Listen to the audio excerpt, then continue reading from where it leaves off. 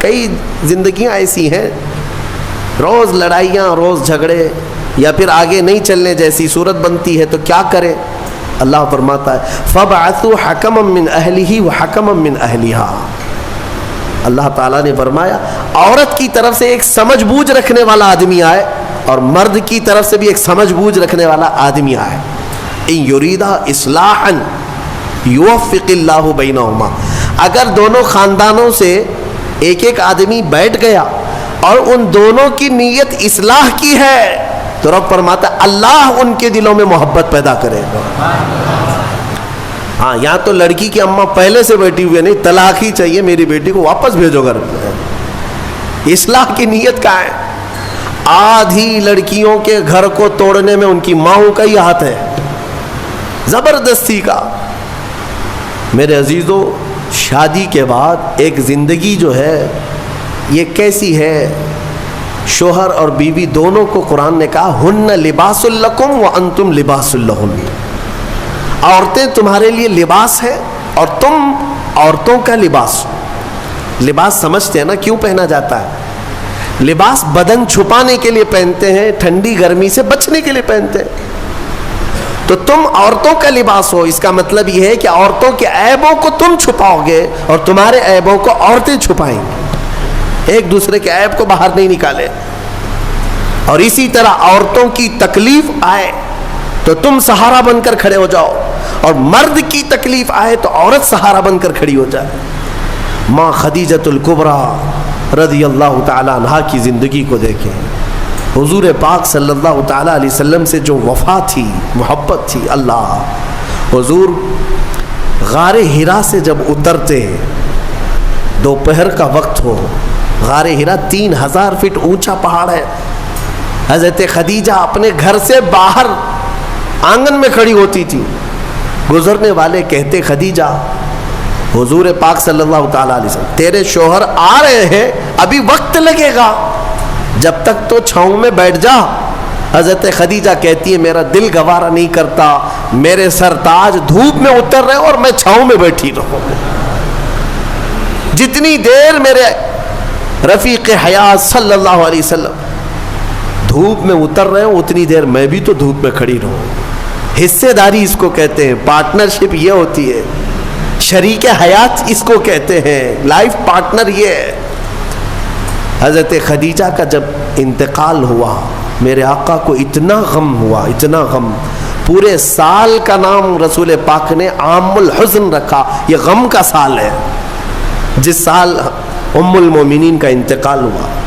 اور وہ عجیب لمحہ تھا جب سیدہ کائنات فاطمۃ الزہرا سلام اللہ علیہا حضور کی بارگاہ میں تھیں. چھوٹی عمر تھی جب حضرت خدیجہ کا انتقال ہوا، حضرت فاطمہ بہت چھوٹی تھی.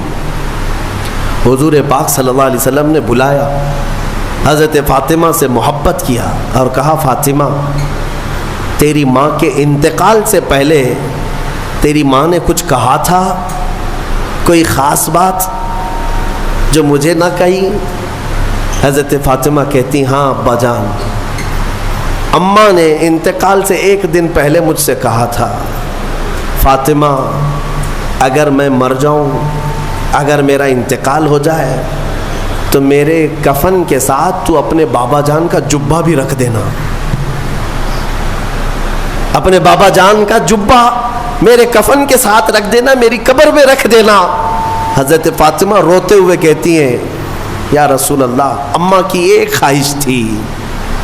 حضور اکرم صلی اللہ تعالی علیہ وسلم کی آنکھوں میں آنسو آ گئے اور میرے آقا نے فرمایا فاطمہ قسم رب ذوالجلال کی تیری ماں نے میرا جبہ ہی پوچھا.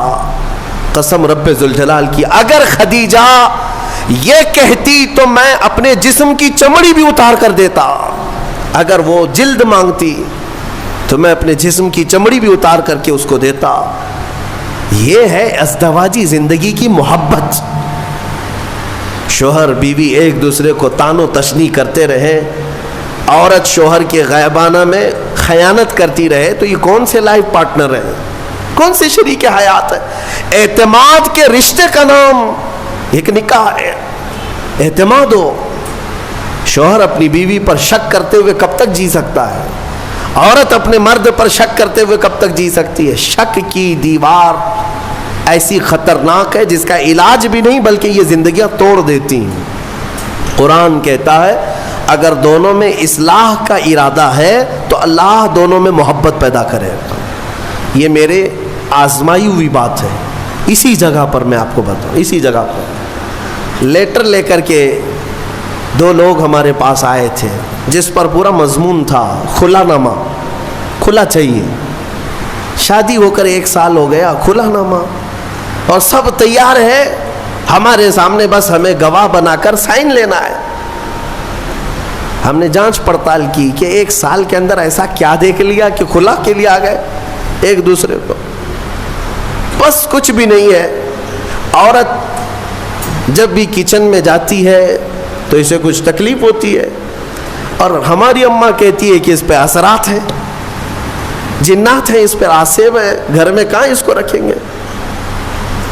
تو میں نے یہی کی بات ہے، مجھے یاد ہے، اس نوجوان سے کہا کہ تمہاری اماں سے پوچھو اگر میں اس کے جنات نکال دوں تو کیا رکھو گے؟ یہ کھلا ختم کرو گے؟ کہا ٹھیک ہے، کہا میں 40 دن کا ٹائم لیتا ہوں، مجھے وقت دیا جائے، میں نکالتا ہوں۔ تو پھر مسئلہ صرف اتنا تھا، وہ جنات کیوں آتے تھے، آسیب کیوں آتے تھے؟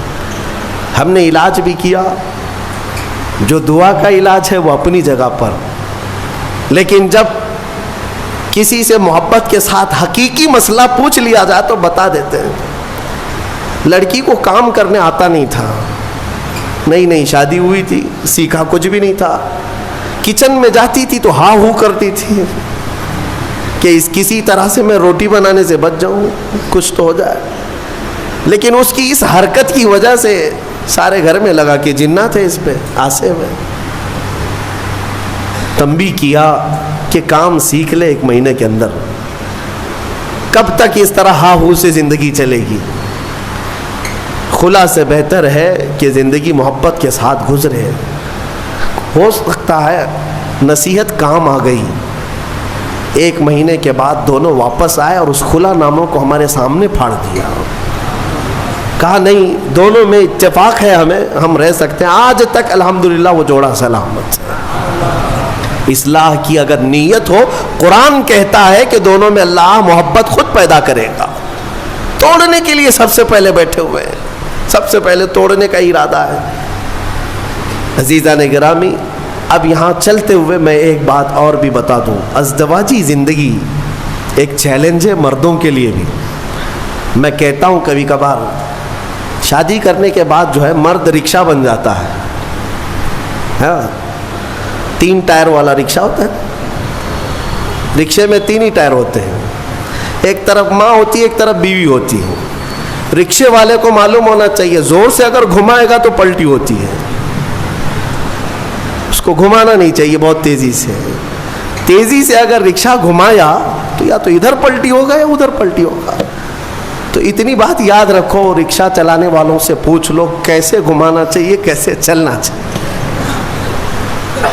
تو آپ بیلنس برقرار رکھو اپنی ماں اور بہنوں میں اور اپنی بیوی میں، دونوں میں۔ عورتیں ہیں، عورتوں کا مزاج ہے، ان کی فطرت میں ہے، ایک دوسرے کے ساتھ ان کے معاملات ہوتے ہی رہتے ہیں۔ آپ کو میں کیا بتاؤں، حضور پاک صلی اللہ تعالیٰ علیہ وسلم کی 10 بیویاں ہیں، میرے آقا نے ان کے درمیان کیسے عدل قائم رکھا، کیسے عدل قائم رکھا۔ تو بہرحال ازدواجی زندگی ایک چیلنج ہے، اور جس نے صبر کر لیا اس پر اجر بھی ہے، اس پر اجر ہے۔ حضور پاک صلی اللہ تعالیٰ علیہ وسلم کی حدیثوں کا ایک مفہوم یہ بھی ہے کہ عورت ٹیڑھی پسلی سے پیدا کی گئی، اسے تم پورا سیدھا کرنے کی کوشش نہ کرو ورنہ یہ ٹوٹ جائے گی۔ تم اسے فرشتہ دیکھنا چاہتے ہو، عورت کو ہر مرد یہ چاہتا ہے اتنی پاک ہونا چاہیے، اتنی پاک ہونا چاہیے، خود ناپاک رہے چلے گا۔ عورت بھی انسان ہے، اس کو اسی اعتبار سے رکھا جائے، وہ جس قدر تمہاری فرمان بردار ہے بہت ٹھیک ہے۔ اچھا، اور ایک حدیث میں آپ کو بتاؤں، دنیا میں اگر اللہ تبارک و تعالیٰ نے دنیاوی نعمتوں میں سب سے اچھی نعمت اگر کسی کو دیا تو وہ کیا ہے؟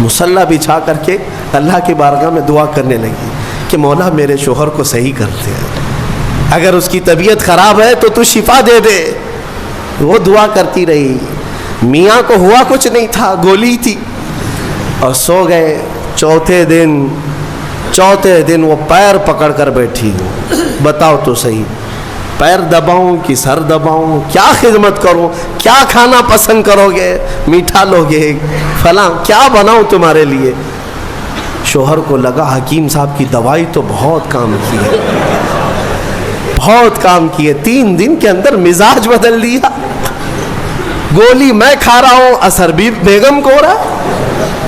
پھر اس کے بعد حکیم صاحب کے پاس پیسے پورے لے کر کے گئے، کہا کہ 3 دن میں ہی گولیاں بہت اثر دکھائی ہیں، 40 دن کے کورس میں پتہ نہیں اور کیا ہونا ہے، آپ پورے پیسے لے لیں، آپ کا بڑا احسان ہے، گھر شانت ہو گیا، میری بیوی میری محبت میں پاگل ہے، جو میری مرضی ہے وہ کرنے کو تیار ہے۔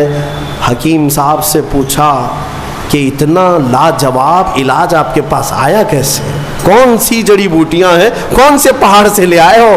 حکیم صاحب نے کہا بیوقوف کچھ نہیں، میدے کے آٹے کی گولیاں ہیں، کچھ بھی نہیں ہے اس کے اندر، میدے کے آٹے کی گولیاں بنا کر، بات صرف مجھے اتنی علاج کرنا تھا کہ دونوں میں سے کسی ایک کا منہ چھپ ہو جائے، علاج ویسے ہی ہو جائے گا۔ ان حکیموں نے حکمت کے ذریعے سے جو علاج کیا، یہ لطیفہ نہیں ہے، یہ اکثر زندگیوں کی حقیقت ہے۔ میں تمہیں ہنسانے کے لیے کوئی لطیفہ نہیں بولنا چاہتا، بلکہ زندگیوں میں داخل ہو کر کے دیکھو کہ یہ ابتدا صرف جواب در جواب سے ہوتی ہے اور طلاق تک پہنچتی ہے۔ کتنوں کو جا کر ہم نے کورٹ میں دیکھا ہے، ایک طرف شوہر ایک طرف بیوی ہے، ایسے لوگوں کے سامنے سر جھکائے کھڑے ہیں انصاف کے لیے۔ یہ زندگیاں کیوں اس طرح سے ناکارہ ہو گئیں؟ اس کی وجہ یہی ہے کہ انا آ گئی، غرور ہے، تکبر ہے۔ قرآن کے اس فرمان پر عمل کرو۔ اللہ تعالیٰ نے فرمایا اگر اصلاح کا ارادہ ہے دونوں کا تو اللہ دونوں کے دلوں میں خود محبت پیدا فرمائے گا۔ یوفق اللہ بینہما، اللہ فرماتا اللہ ان دونوں کے دلوں میں محبت خود پیدا کرے گا۔ اللہ کریم جوڑوں کو سلامت رکھے۔ تفسیر جو اصل بات عرض کرنی تھی وہ رہ گئی، اتنی بات عرض کر دوں۔ مصطفیٰ کریم صلی اللہ تعالیٰ علیہ وسلم کے متعلق قرآن کی یہ آیت آئی ہے، فَلَا وَرَبِّكَ لَا يُؤْمِنُونَ حَتَّى يُحَكِّمُوكَ فِي مَا شَجَرَ بَيْنَهُمْ، اے رسول قسم تمہارے رب کی، وہ شخص مومن ہو ہی نہیں سکتا جو اپنے جھگڑوں میں آپ کو فیصل نہ سمجھے۔ حضور کو اگر کوئی فیصل نہیں مانتا، حضور کو اگر کوئی حکم نہیں مانتا تو قرآن کہہ رہا وہ شخص مومن ہی نہیں ہے، مومن ہی نہیں ہے۔ کئی لوگوں کو ایسے ہم نے دیکھا ہے، کہتے ہیں ایسی ہم شریعت نہیں مانتے، ہاں ہم یہ حدیث قرآن نہیں مانتے، نعوذ باللہ یہ جملہ کفریہ ہے، کافر ہو گئے، اسلام سے نکل گئے کسی نے اگر ایسا کہا۔ بلکہ یہ کہو چاہے دنیا ادھر کی ادھر ہو جائے ہم مانیں گے تو میرے رسول کا فیصلہ مانیں گے۔ ہاں منافقین کے متعلق یہ کہا گیا ہے کہ وہ رسول کا فیصلہ نہیں مانتے، اپنی طبیعت کا مانتے ہیں۔ اللہ تعالیٰ انہیں ہدایت عطا فرمائے۔ آج ایک یادگار ہمارے لیے سال کا ایک دن ہے کہ 3 رمضان المبارک کو خاتون جنت سیدہ کائنات سیدہ فاطمۃ الزہرا سلام اللہ علیہا کا یوم وصال ہے۔ وہ دختر رسول، نور نظر رسول، مصطفیٰ کریم صلی اللہ تعالیٰ علیہ وسلم کے دربار کی وہ لاڈلی بیٹی جن کے متعلق بزرگوں نے لکھا ہے کہ اگر کسی کو کبھی کوئی دعا قبول نہ ہوتی نظر آئے تو وہ سیدہ فاطمۃ الزہرا کا وسیلہ لے کر دعا کرے، مولا دعا قبول کرے گا۔ ہاں اس خاتون جنت کا آج یوم ہے، ان کا دن ہے، فاتحہ خوانی کا بھی اہتمام ہے، اور ہم آج کی اس تفسیر کے بعد اس خاتون جنت کی بارگاہ میں خراج عقیدت پیش کرتے ہوئے ان کے وسیلے سے اللہ کی بارگاہ میں دعا بھی کرتے ہیں، مولا اس سیدہ کائنات کے صدقے و توسل ہم سب کو عزتوں سے اور رحمتوں سے نوازے۔ اور کتنی اہم بات ہے، کتنی فضیلت کی بات ہے کہ آج ہم نے سورہ نساء تلاوت کی ہے۔ سورہ نساء عورتوں کے نام سے، اور سیدہ فاطمہ کو سیدۃ نساء العالمین کہا میرے آقا نے، کہ ساری دنیا کی عورتوں کی سردار کا نام فاطمہ ہے۔ صرف دنیا ہی نہیں، جنتی خواتین کی سردار کا بھی۔ ایک روایت میں یہ ملتا ہے قیامت کے دن ایک فرشتہ اعلان کرے گا، یا اہل محشر غضوا ابصارکم فإن فاطمة بنت محمد تمر إلى الجنہ۔ فرشتے کی طرف سے اعلان آئے گا، اے محشر میں کھڑے ہوئے لوگوں اپنی آنکھیں نیچی کر لو، اس لیے کہ محمد الرسول اللہ صلی اللہ علیہ وسلم کی بیٹی سیدہ فاطمہ جنت کی طرف جا رہی ہے۔ جب وہ جنت کی طرف جا رہی ہوں گی 70,000 عورتوں کے جھرمٹ میں، 70,000 خواتین کے جھرمٹ میں، اس وقت بھی یہ اعلان ہوگا کہ اپنی آنکھیں نیچی کر لو۔ تو آپ اندازہ کریں ان کا مقام و مرتبہ کیا ہے۔ قیامت کے دن ان کا مقام اعلان کے ساتھ بتایا جائے گا۔ مولا کریم کہنے سننے سے زیادہ عمل کی توفیق عطا فرمائے، اور ہماری عورتوں کو کنیزان فاطمہ میں شامل فرمائے۔ الی اشرف النبی الاکرم محمد المصطفیٰ صلی اللہ علیہ وسلم ملتہ و جمیع المسلمین والمسلمات الکرام الفاتحہ۔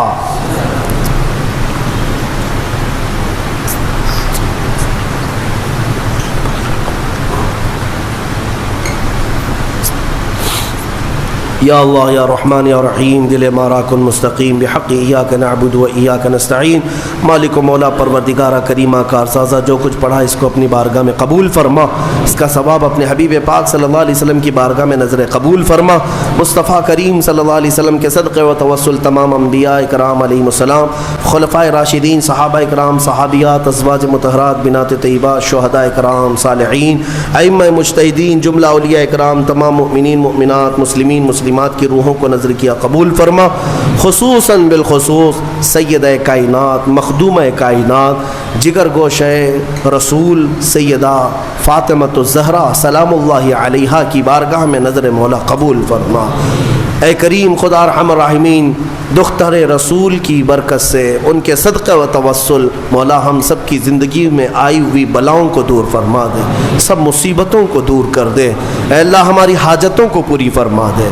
اے کریم خدا ہم میں جو بیمار ہیں انہیں شفا دے دے، جو بے اولاد ہیں انہیں صالح اولاد دے دے، جو قرضوں میں ڈوبے ہیں ان کے قرضوں میں آسانیاں دے دے۔ اے رب ذوالجلال جو بے جوڑ ہیں انہیں صالح رشتے عطا کر، جو ناحق مقدمے اور جیلوں میں ہیں ان کی رہائی کی سبیل پیدا فرما۔ اے کریم خدا ارحم الراحمین ہم کو گناہوں کے مرض سے شفا عطا فرما۔ قیامت کے دن مولا ہم سب کو عزت و سرخروئی عطا فرما۔ ہماری ماؤں، بہنوں، بچیوں، بیٹیوں، بہوؤں سب کو مولا سیدہ کائنات کی چادر کا۔ آپ لوگوں کا بہت بہت شکریہ۔ اس ویڈیو کو لائک کریں، چینل کو سبسکرائب کریں اور اپنے دوستوں تک شیئر کریں تاکہ میں اور بھی اچھی ویڈیو لا سکوں آپ لوگوں تک۔ اللہ حافظ۔